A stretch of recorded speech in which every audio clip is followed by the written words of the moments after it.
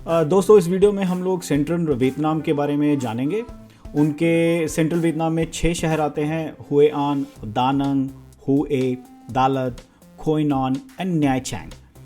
हम इसमें उनका जो एयरपोर्ट है दा नंग के अंदर, वहाँ से आप इन बाकी शहरों में कैसे ट्रैवल कर सकते हैं उसके बारे में जानेंगे। हम लोग सेंट्रल वियतनाम में जो वेदर कैसा रहता है और सोलो ट्रैवलिंग कब उन मौसम में आप सबसे बढ़िया रहेगी उसके बारे में बात करेंगे और जानेंगे। कुछ एयरपोर्ट्स की जानकारी भी मैं इस वीडियो में आपको दूंगा। वियतनाम के अंदर 10 इंटरनेशनल एयरपोर्ट्स हैं और 13 डोमेस्टिक एयरपोर्ट्स हैं। नॉर्थ की जो मैं मेजर एयरपोर्ट्स की बात कर लेता हूँ। नॉर्थ में अगर आप लैंड करने वाले हैं तो नॉर्थ के अंदर उनका जो एयरपोर्ट है वो हनोई में है, जो कि नोए बाय इंटरनेशनल एयरपोर्ट के नाम से जाना जाता है। जैसा कि हम जानते हैं कि कई बार एयरपोर्ट जो हैं शहर के काफ़ी बाहर होते हैं, पर इस केस में आपको 40 मिनट लगते हैं सिटी सेंटर पहुँचना है हनोई के अगर आपको। और अगर आप वहाँ से हालोंग बे जाना चाहते हैं तो वहाँ से आपको साढ़े तीन घंटे लगते हैं। और अगर आप सापा में जाना चाहते हैं तो आपको 4.5 घंटे वहाँ से लग जाते हैं। इस वीडियो में हम लोग सेंट्रल वियतनाम के बारे में बात करने वाले हैं। तो हाँ, आपको जो उनका जो एयरपोर्ट आपको मिलेगा वो है आपका दा नंग में मिलेगा आपको। इंटरनेशनल एयरपोर्ट है और वो शहर से काफ़ी अंदर ही है वो शहर के, तो आपको सिर्फ 10 मिनट लगते हैं पहुंचने के लिए सिटी सेंटर के अंदर। और जो लोग वहाँ से हुए आन जाना चाहते हैं तो 30 मिनट का रास्ता है वहाँ से। और अगर आप हुए जाना चाहते हैं तो वहाँ से आपको 2.5 घंटे लगते हैं एयरपोर्ट से। साउथ के बारे में बता देता हूँ मैं। हो ची मिन सिटी जो है उनकी, वहाँ पर वो एयरपोर्ट है और ये वियतनाम का सबसे बड़ा एयरपोर्ट भी है। इस एयरपोर्ट का नाम है तान सॉन न्यात इंटरनेशनल एयरपोर्ट और ये भी सिटी सेंटर से ज़्यादा दूर नहीं है, सिर्फ 20 मिनट आपको लगते हैं। अब मैं एक बात और सोलो ट्रैवलर्स को बताना चाहता हूँ जो गलती एक काफ़ी लोग कर जाते हैं। देखिए, नॉर्मली जो अगर आप पूरा वियतनाम कवर करने वाले हैं तो आप नॉर्थ, सेंट्रल और साउथ वियतनाम वैसे कवर करेंगे, या आप साउथ में उतरोगे और नॉर्थ की तरफ जाओगे कवर करते हुए। तो होता क्या है कि हमारी आदतन है कि हम लोग रिटर्न एयरफेयर ढूंढते हैं, पर वियतनाम के चक्कर में नहीं होगा। क्योंकि अगर आप नॉर्थ से शुरू कर रहे हो तो आप हनोई में उतरोगे वहाँ से एयरपोर्ट पे, और जाने के टाइम पे आप हो ची मिन सिटी से आपकी फ़्लाइट की वापसी होगी, तो आपको 2 अलग अलग फ़्लाइटें बुक करवानी पड़ेंगी। तो चलिए आगे बढ़ते हैं और दा नंग एयरपोर्ट से कौन कौन से शहर की क्या क्या दूरी और क्या क्या ट्रांसपोर्टेशन आप ले सकते हैं उसके बारे में बात करते हैं। सेंट्रल वियतनाम के अंदर जो हम लोग एयरपोर्ट में उतरेंगे वो है दा नंग। तो यहाँ से मैं सारे जो शहर हैं बाकी के, इसको सेंटर बनाकर मैं सारे जो बाकी सिटीज़ में आप घूम सकते हैं उसकी डायरेक्शन और क्या आप कौन से मोड ऑफ ट्रांसपोर्टेशन ले सकते हैं उसके बारे में बात करते हैं।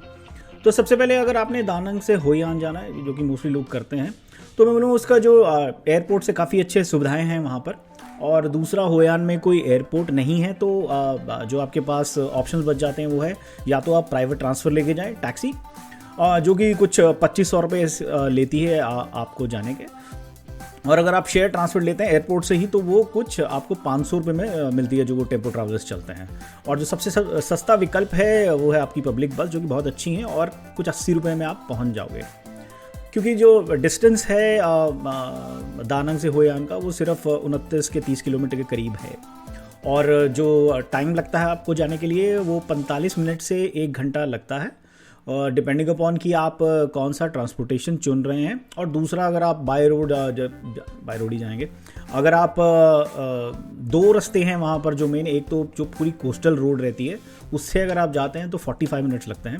पर अगर आपको वो एक इनलैंड रोड एक और है बीच में जो शहर के बीच से जाती है, थोड़ा सा डी रूट होती है, अगर आप उसके थ्रू जाते हैं तो आपको 60 मिनट लगते हैं।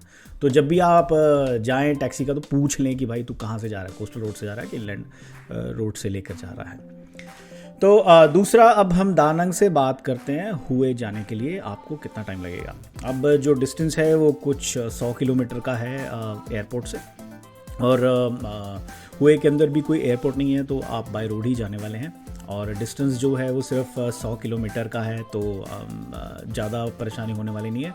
और 2.5 से 3 घंटे से थोड़ा कम लगता है जाने के लिए। और चाहे आप बस से जाएं चाहे आप ट्रेन से जाएं, और उससे कोई फ़र्क नहीं पड़ने वाला है। हाँ, जो फ़र्क पड़ने वाला है एज़ यूजुअल कि आप कौन सा ट्रांसपोर्टेशन आप लेते हैं, उसके हिसाब से आपको किराए पड़ते हैं। वहाँ पर कुछ वीआईपी बसेस भी चलती हैं जो कि 6500 रुपये तक आपसे ले लेती हैं। अगर आप सेकंड एसी में सफ़र करना चाहते हैं रेलवेज़ के थ्रू तो वो कुछ 600 से लेके 800 तक आपको लग जाता है। और उसमें भी स्लीपर क्लास भी है।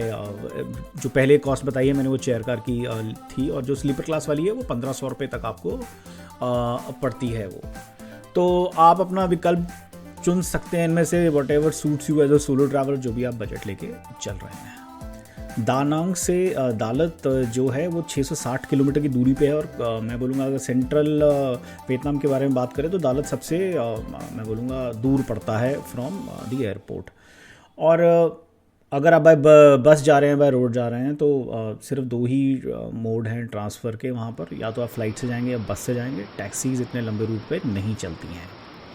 और बस की बात करूँ तो वहाँ पर भी सिर्फ 1 या 2 बसें ही चलती हैं, शायद वो 1 ही चलती है इनफैक्ट मैं बोलूँगा। और वो शाम को 4 बजे के करीब आपको लेकर जाती है, क्योंकि रास्ता जो है 15 घंटे का आपकी वो जर्नी होने वाली है। हाँ, इसमें कॉस्ट का थोड़ा फ़र्क पड़ता है, क्योंकि 1500 के करीब आपको टिकट वो मिल जाती है, और एक ही बस ऑपरेटर है जो वहाँ पर उसको चला रहा है। दूसरा जो विकल्प रह जाता है हमारे पास में वो है आपका फ़्लाइट, जो मैं बोलूँगा कि सबसे बढ़िया, चाहे आप सोलो ट्रैवलर हैं या टाइम है तो ज़रूर जाइए बस में, क्योंकि पैसों का बड़ा डिफरेंस है। या फिर आप वहीं दानंग से ही फ़्लाइट पकड़िए, 1 घंटे की फ़्लाइट है दालत की, और 1 घंटे के अंदर आप वहाँ पहुँच जाएंगे, तो वो सबसे टाइम सेविंग है।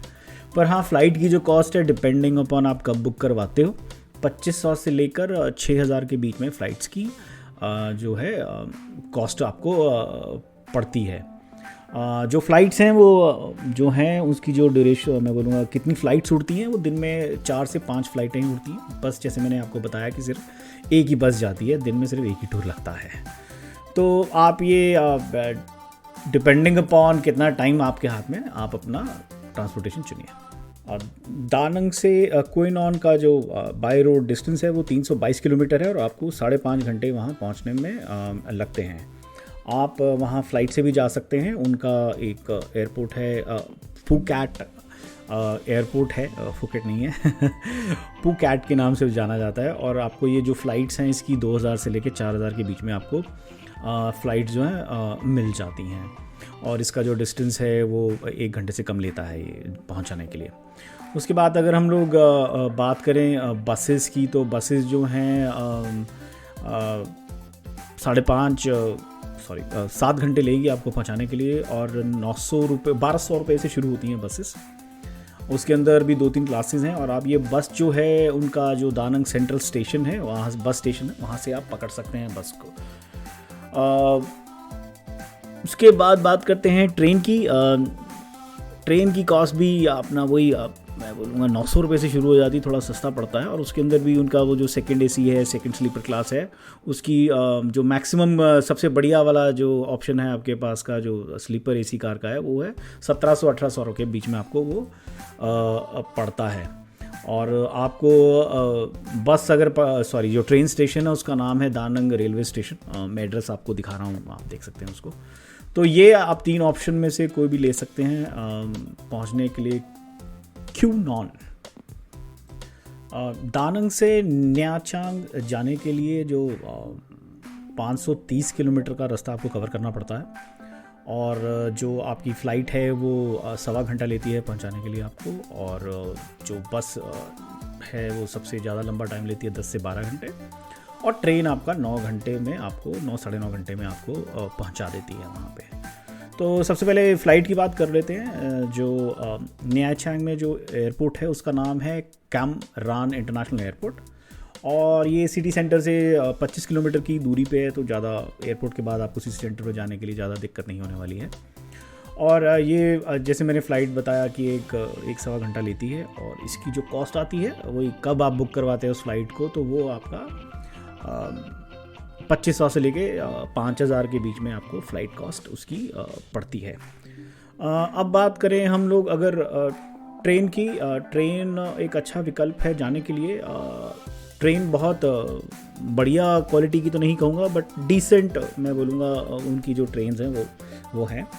और उनके अंदर आप डिपेंडिंग अपॉन क्या सीट चूज़ करते हैं तो मैं बोलूँगा 1400 रुपये से शुरू हो जाता है। वही AC चेयर कार का कितना होगा और वो सब स्लीपर क्लास का, मैं ये इन्फॉर्मेशन आपके ऊपर आप देख सकते हैं उसको, वो तो उसमें आप चूज़ कर सकते हैं कि, और ये ट्रेन जो है 9.5 घंटे में आपको पहुंचा देती है। बसेस 2 तरीके की बसेस हैं, एक तो जो उनकी सरकारी बसेस चलती हैं वो हैं, और एक आपकी हैं टूरिस्ट बसेस। सरकारी बस अगर आपने पकड़नी है तो उसके लिए बस स्टेशन बना है, वहाँ जाना पड़ेगा आपको, या फिर अगर आप जो टूरिस्ट बसेस हैं वो शहर के बहुत सारे एरियाज़ में आपको पिकअप आपका ले लेती हैं। तो अगर आपके पास सामान वगैरह कुछ ज़्यादा है तो मैं बोलूँगा ये आप टूरिस्ट बसेस ही पकड़िए, और इनका भी जो किराया है वो इसी रेंज से शुरू होता है। अब सेंट्रल वियतनाम के वेदर के बारे में थोड़ा बात कर लेते हैं। वो इस कॉन्टेक्स्ट में ज़रूरी भी है अगर आप सोलो ट्रैवलिंग कर रहे हैं, क्योंकि जो सेंट्रल वियतनाम है वहाँ पर टाइफून्स बहुत आते हैं, और ख़ासकर आपका जो होए आन है उसमें तो बहुत ही ज़्यादा इनकी प्रेडिक्शंस रहती हैं। तो मैं बोलूँगा इस टाइफून के टाइम पे आप बिल्कुल ही मत जाइए। बारिश में जाना समझ में आता है, पर टाइफून्स बहुत ही अनप्रेडिक्टेबल हो जाते हैं कई बार, और काफ़ी नुकसान भी वहाँ पर होता है। और ये सीज़न जो आता है वहाँ पर सेंट्रल वियतनाम में वो अगस्त से नवंबर के बीच में ये रहता है, और फरवरी तक जाकर ये ख़त्म हो जाता है, बारिश भी ख़त्म हो जाती है। टाइफून का जो टाइम है वो अगस्त से नवंबर का है। उसके बाद फरवरी के बाद से लेके अगस्त की स्टार्टिंग तक बहुत ही बढ़िया मौसम रहता है यहाँ पे, 30 डिग्री टेम्परेचर रहता है, तो आप वहाँ पर उस समय में जाएं। तो अब अगर चलिए अब थोड़ा डिटेल में पता कर लेते हैं। होए आन, हुए और दानंग में जो है जो वेदर है वो ड्राई रहता है थोड़ा सा, और टेम्परेचर जैसे मैंने कहा 30 डिग्री के करीब रहते हैं। तो वो जनवरी से लेके अगस्त तक रहता है। वहाँ की अगर सर्दियों की बात करें तो वहाँ बारिश होती रहती है, जो कि अक्टूबर और नवंबर में बहुत ही ज़्यादा बारिश होती है वहाँ पर, और वहाँ पर भी आपके जो टाइफून्स की बात कर रहा था वो आते हैं। अब जो हुए है जो वो थोड़ा हुए आन से थोड़ा ज़्यादा मैं बोलूँगा थोड़ा ठंडाई में चला जाता है, क्योंकि वहाँ थोड़े पहाड़ रेंजेस, माउंटेन रेंजेस वगैरह वहाँ पर रहते हैं। और उसके बाद मैं बात करूँगा आपका जो प्रोनाउंसिएशन मैं ढूंढ रहा हूँ हर बार उसकी, मैं चाहता हूँ कि वो गलत ना हो। तो कोई नॉन की बात करें हम लोग, तो कोई नॉन में जो वेदर है वो होए आन जैसा ही है तकरीबन, ज़्यादा कुछ उसमें फ़र्क नहीं है। पर अगर आप ना चांग की तरफ बढ़ते हैं तो वहाँ पर जो जनवरी से लेके सितंबर तक आपके बारिश वहाँ पर होती रहती है, और जो बारिश का जो महीना ख़त्म होता है तो आप बोलूँ मैं सोलो ट्रैवलिंग का सबसे बढ़िया टाइम है वो है आपका अक्टूबर से लेके दिसंबर तक का। और फाइनली एक जो फाइनल चीज़ दालत की बात करें हम लोग, तो वो जून से लेके अक्टूबर तक आपका जो है थोड़ा प्रॉब्लमेटिक हो सकता है, यानी बारिशें काफ़ी ज़्यादा हैवी होती हैं। नवंबर से लेकर मई आपका बढ़िया रहेगा घूमने फिरने के लिए, और अगर आपको थोड़ी ठंड का मज़ा लेना है तो दिसंबर और जनवरी के महीने में जाएं।